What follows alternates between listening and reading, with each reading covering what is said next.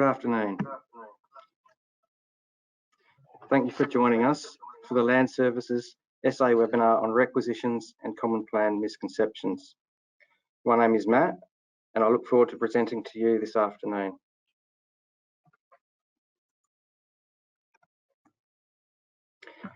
Before I start, we'll put you all on mute so we don't have any external noise coming through. The presentation will run for approximately 10 minutes, allowing time for questions. If you have any questions throughout or after, please enter them into the question box for us to address at the close of this session.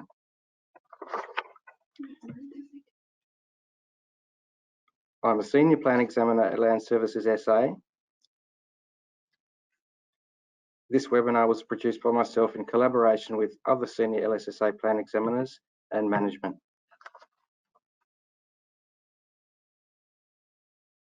These webinars have been introduced to help educate industry and to reduce requisitions. In this session, I will be covering an overview of plan requisitions and a few of the more common misconceptions. Around 63% of all plans lodged require correction via the requisition process. Of this 63%, the average number of requisitions is between 3 and 4. These requisitions are spread relatively evenly across the three major components of the plan: textual sheet, including easement notes, plan presentation, including abuttals, line work, labelling, and data, including surveyed and copied data. I'll briefly comment on each component. However, it is not the intention of this webinar to delve too deeply into any particular issue. Textual sheet. The textual sheet consists of pre-populated, selected, and free format information, the rules around which are predominantly black and white. There are, however, some system-generated errors and requirements that may be a reason for some confusion and disagreement. When a plan is lodged with these errors not attended to, the issue will be requisitioned. The plan must be lodged in registerable form, regardless of the reason for the error. A common example of this is pre-population of CP in the number column of the subject title details for a common property title. In the database, there has to be an identifier for the common property parcel. This is a generic identifier, being CP. However, CP is neither a number nor is it a legal identifier on the community or strata plan, hence it is incorrect to show it. CP can be removed by turning off the pre-populated details and re-entering with a space in the number field. Land descriptions for titles issued out of a deposited community filed or strata plan pre-salus included all of the hundreds in which the plan was in, meaning it was not parcel specific. When bringing in a title that is in a plan in multiple hundreds, all of those hundreds will populate in the land description.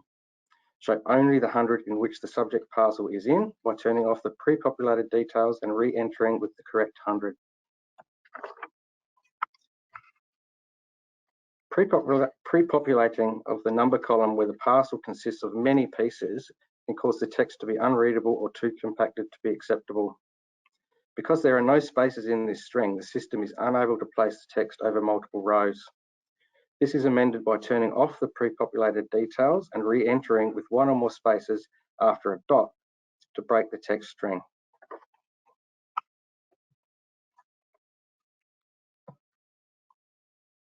The rules for showing appurtenancies in the in favour of column for an easement note are written to match the coding in place for the pre-population of fields in the titling process.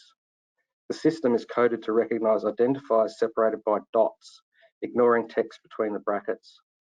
For example, if the brackets are not in place, the system cannot recognise .203 or mark X dot as a valid identifier and will fail to populate the title for 203 with the easement details.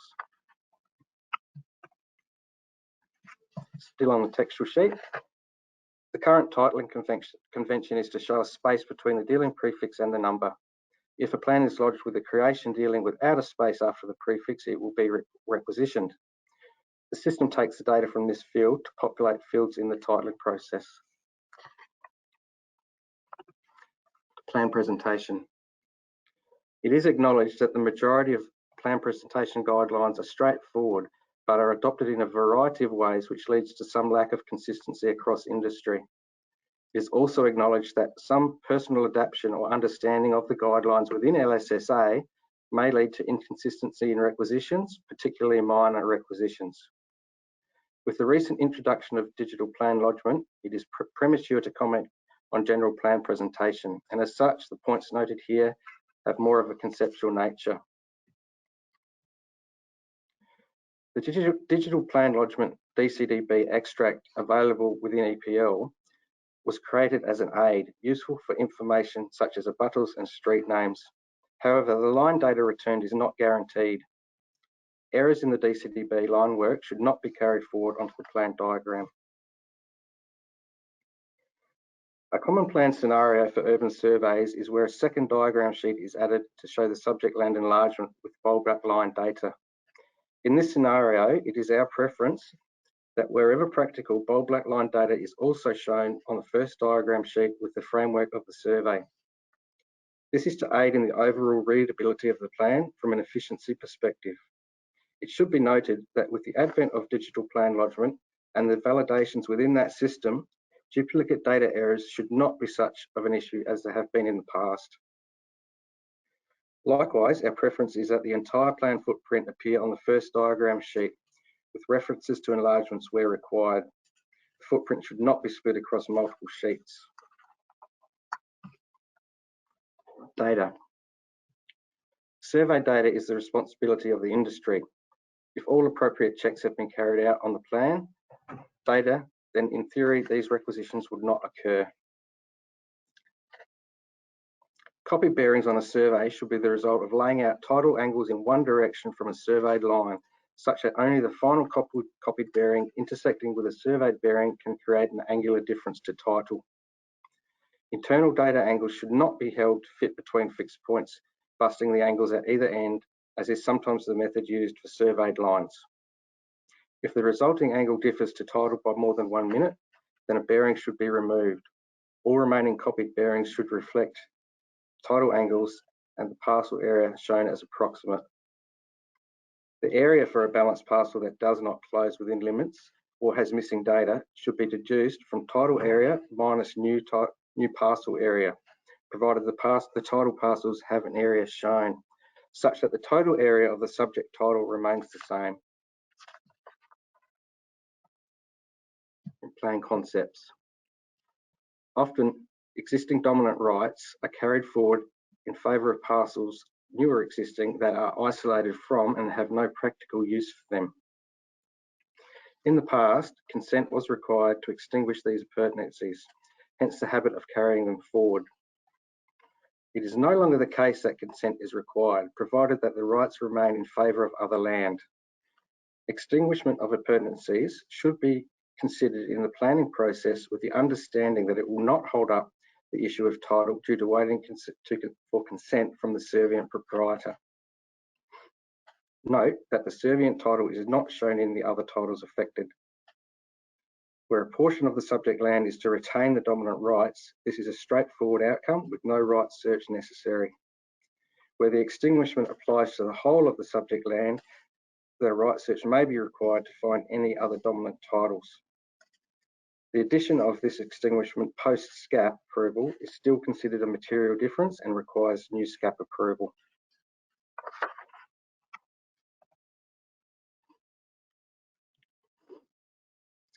When cancelling a strata plan, the land will either revert to its original land description or will need to be re-identified, as its original identifier does not constitute one full allotment. It is often realised that the land needs to be re-identified after the outer boundary plan has already been filed, necessitating a data plan for re-identification and redesignation of parcels to be lodged. Ordinarily, these take the data from the outer boundary survey. A certified file plan for re-identification of land and redesignation of parcels may be lodged in the first instance to cover both the outer boundary and redesignation components, where the land is not uniquely identified and the outer boundary survey is required. Where the land the strata was created over was one full parcel and as such is uniquely identified, but a survey is required, then the plan must be a plan for outer boundary.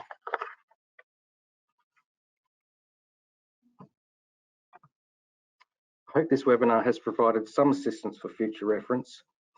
Here is a summary of some of the points to remember. Starting from bottom left, 63% of plans requisitioned. This is an improving percentage and is a joint LSSA industry responsibility. System requirements. The systems we have are good but not perfect. Plan presentation. Our preferences are based on gaining efficiency to reduce processing times to the benefit of your client. Data errors. This can be improved, but it is already an improving area. Extinguishments. It's not good titling to leave redundant appurtenances in place.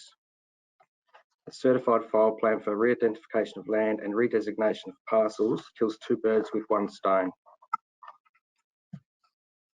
That completes the presentation part of the webinar. For a copy of this webinar or to view the webinar again, please visit our Industry Education Hub on our Land Services SA website.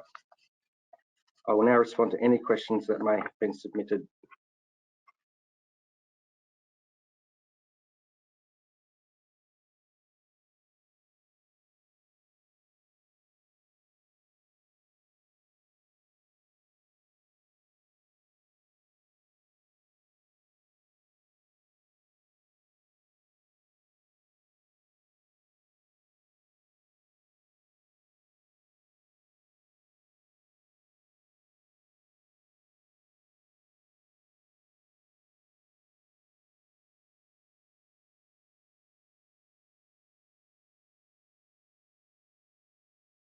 Okay, there doesn't appear to be any questions, but if you do have any questions regarding this webinar, you are more than welcome to email customer support marked attention to myself, and I'll be happy to talk through any queries you may have.